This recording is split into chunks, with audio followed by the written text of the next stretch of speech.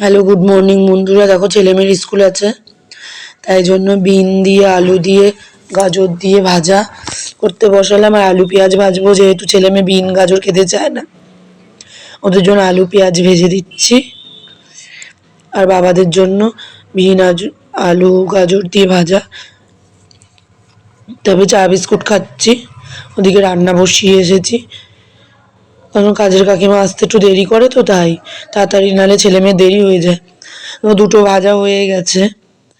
তারপরে আমি রুটিগুলো করে নিয়েছি।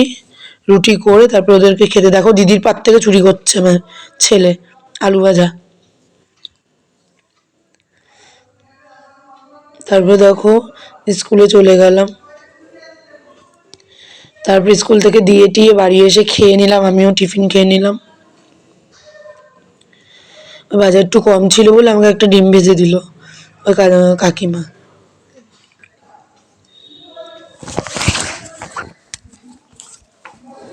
তারপরে দেখো স্নান টান করে পুজো দিতে বসে পড়েছি, পুজো দিয়ে নিলাম।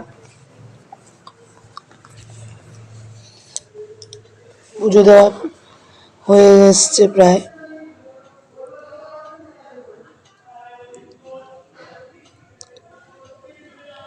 তারপরে দেখো মাকে স্নান করাতে নিচ্ছি, বাবা একটু নিচে কাজে ব্যস্ত আছে বলে আমি আর কাজের কাকিমা মিলে মাকে স্নান করাতে নিচ্ছি। আজকে অনেক কষ্ট করে তুলে বসিয়েছি। স্নান টান করিয়ে তারপরে ছেলেকে আনতে চলে গেলাম।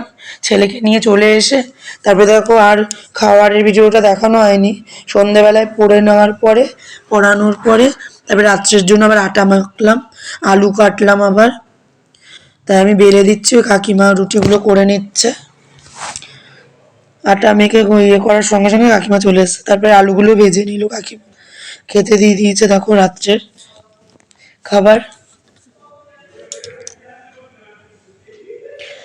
তো আজকে এই অবধি, টাটা বাই বাই, আবার কালকে দেখা হবে।